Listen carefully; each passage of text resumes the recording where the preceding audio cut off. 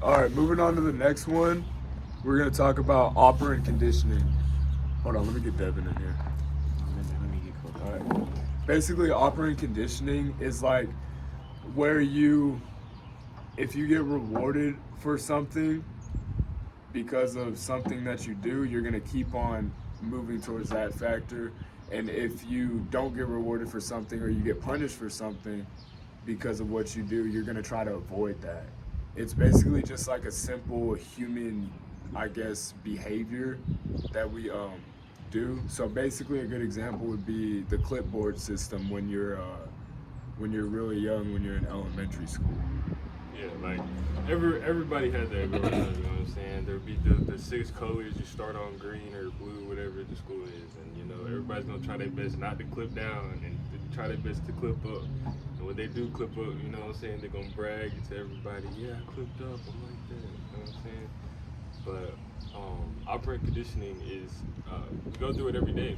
You know what I'm saying? Everybody goes and tries their best to not get in trouble. You know what I'm saying? As we're adults, it kind of gets more serious. The more consequences get a little more serious. So everybody tries their best to be on good behavior. Yeah, exactly. I mean, have you guys had any times like in elementary school where you guys necessarily clipped up because of good behavior or clipped down? Because I know I have. Yeah, I used to cry. Yeah, so that can be one of the effects. Like you clip down, you cry, you get mad, angry because it doesn't look good. Yeah, I think like you were saying, like once you clip up, it's like you get like a new wave of energy. Yeah, that Yeah. good feeling. That good feeling because like, you feel like you're better than everybody. You know? Yeah, in Like, a way. yeah. But like you, not only do you, when you clip up, you happy. Like you determined you want to stay there. You want Yeah. to see You, or you you, want to you get gonna, higher. yeah, you wanna want to get do higher, everything exactly. possible so you can stay there. Yeah. I feel like what's another way? I think that works in real life. Or maybe like one more thing with the clipboard system, like when you clip up, you have, just like you were saying, you have more energy to want to go up again. So you Right. want to strive for better. Right. And then like if you clip down, you're like demotivated. So it's like motivation and demotivation. Another way I see it in real life would be like the law system. So like maybe people who are drinking and driving, like obviously when you're drinking and driving you're not really caring about anything, but like from a normal standpoint, like you're not supposed to be drinking and driving because there's consequences. It's bad to do that. So you would drive normally, you follow the speed limit, follow the rules so you don't hurt anybody, yourself, and you can commute in a safe way. Maybe a more common example. Going back to school, like when you get good grades, you're gonna try your hardest to get good grades because your uncle gonna slide you a little 20 for every 8 you got. You know what I'm saying? So every time you bring home that report card, you got 4 A's. You happy you can get $80. Then next report card, you don't got 4 A's, so you're gonna get that 20. You know what I'm saying? You're not getting that 20. So, So it just makes you try harder, basically. yeah. So the better the reward, the better you're gonna be, and the worse the consequences, the better you're still gonna try to be because the consequences are so bad. You know what I'm saying? Okay, I understand. You guys feel like everyone from just like a physiological standpoint follows that behavior, like everyone in the world, or do you feel like there's some people who don't really care about it necessarily, or like what's your guys' viewpoint on that? I feel like it's a yes and no.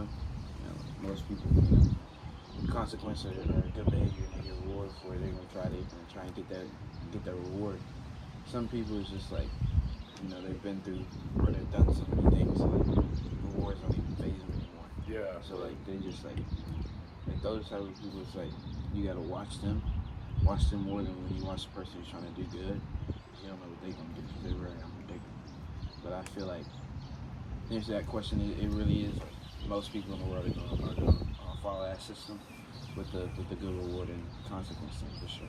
I think Yeah. it depends on the situation. Like for example, when I drive, I'm flying, like I speed. But if I see a police, best move, I'm gonna slow down because I'm Yeah. not trying to get pulled over, not trying to pay no ticket or nothing like that. Yeah. So like most people are normal when it comes to that thinking pattern. Do you like with the people who are unfazed by the consequences and the positives to like, a situation, do you think there's something that's necessarily messed up in their head? Do you think it's from something childhood trauma? Do you think they're wired differently? Like what do you think goes on in their head? Because there are some people who genuinely like consequences don't phase them. They don't get excited off rewards. And this like can also tie into a big thing with like drug related problems and addictions as well. I think it's something with that. I think it is not only just like trauma from like childhood or psychological trauma, but definitely from like maybe like they have like a disability or something. I feel And like like a person. Oh, sorry. I feel like a person like that just doesn't have mental issues.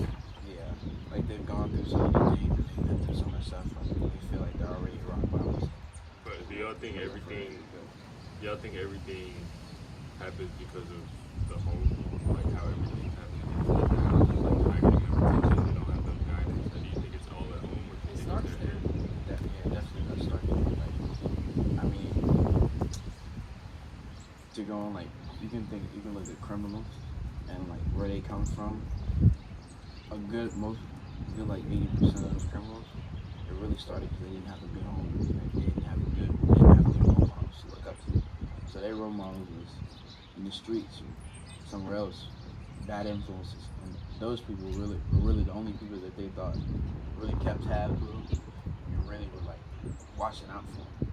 So like I feel like it really starts at like everyone's home situation. Like if someone has like a good home, no matter what situation it is, they're still gonna strive. They're still gonna strive to be the best they can be. If it's a bad home, no matter it's in the projects or in Beverly Hills somewhere, that person's still not gonna be the best they can be because they've never had that good role model, that good look to them and say, hey, you can do this, but you got to be careful.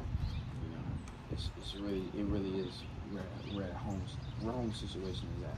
So basically, like home, and right when you come out the womb, because you're so fresh.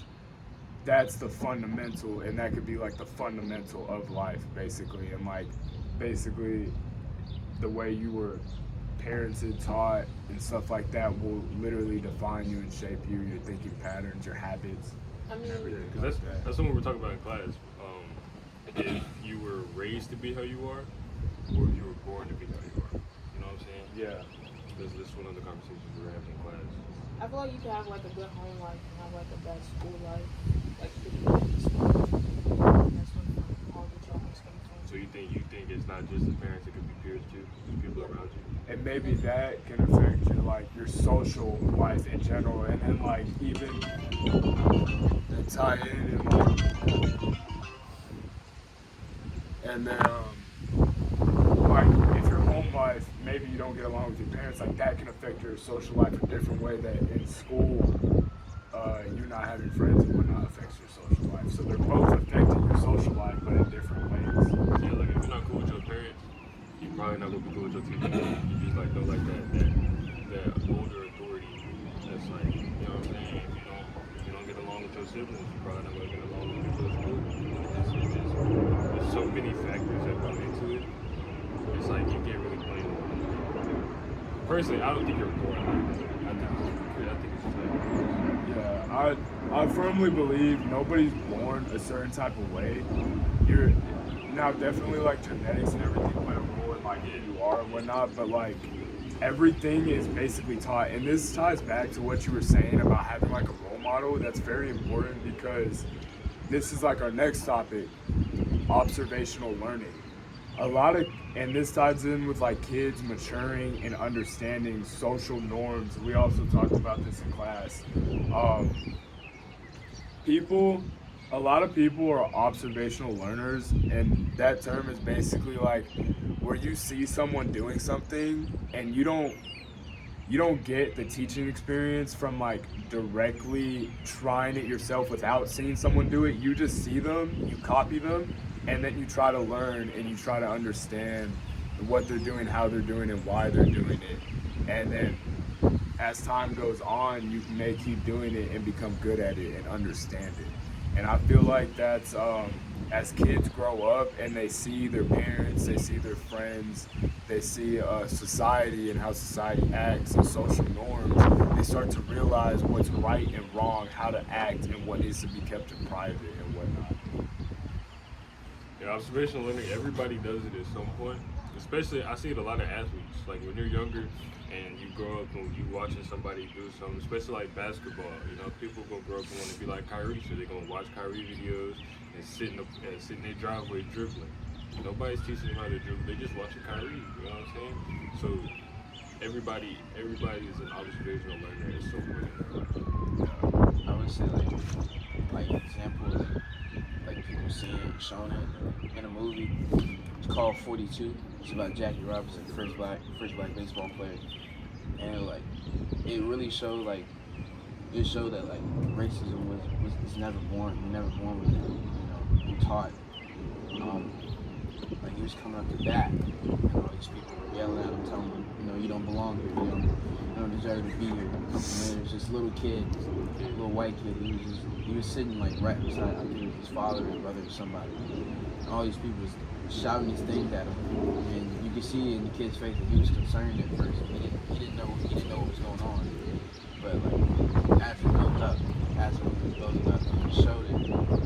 It showed that the kid was starting to understand. This is normal. This is what life is supposed to be. It'll show at the end of that him joining in on it. And I feel like it's tying to observational learning. Like also your surrounding can show you like what they think normal is might not be what actual societal norms are.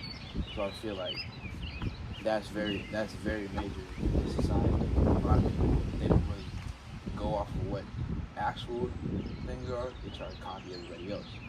Like not just tying to racism, tying to like fashion. Baggy jeans are like popular now. People like you see somebody with the type of style that you might think, okay, it's like nice. Try to get that, and it's just like in that sense. People see things and then they automatically think, okay, that's must be how it is. And just like in that sense. And that's exactly what Albert Bandura's research was on. It's like kids see either their parents or they see people who are older than them, and they start to realize social norms. So like during that movie, during that time, it was normal for white people to call black people the N-word. And I remember that specific clip as well, but that's exactly what Bandura was talking about in his research, because that kid was looking at Jackie Robinson and he was looking at his dad calling him the N-word, and then as time went on a little bit more, he started to realize everyone was calling him the N-word, and then he jumped in, joined in, and called him the N-word as well. That really ties back to what we were just talking about. It seems like you were born with it, if you're raised to be like it.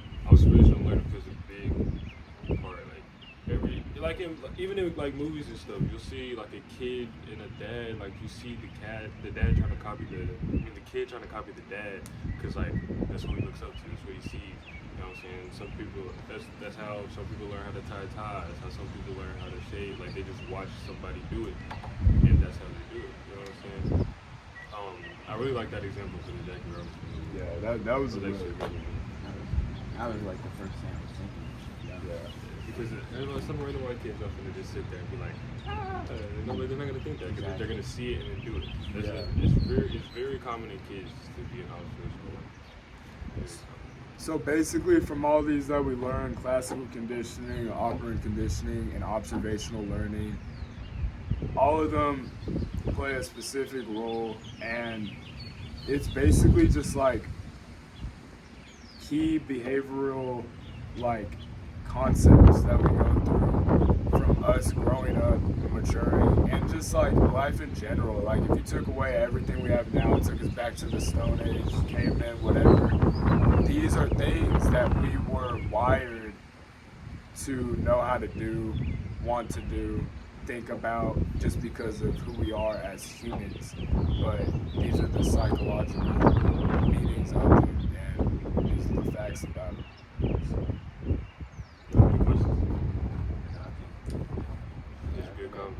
I feel like it was a good conversation. I do too. All right.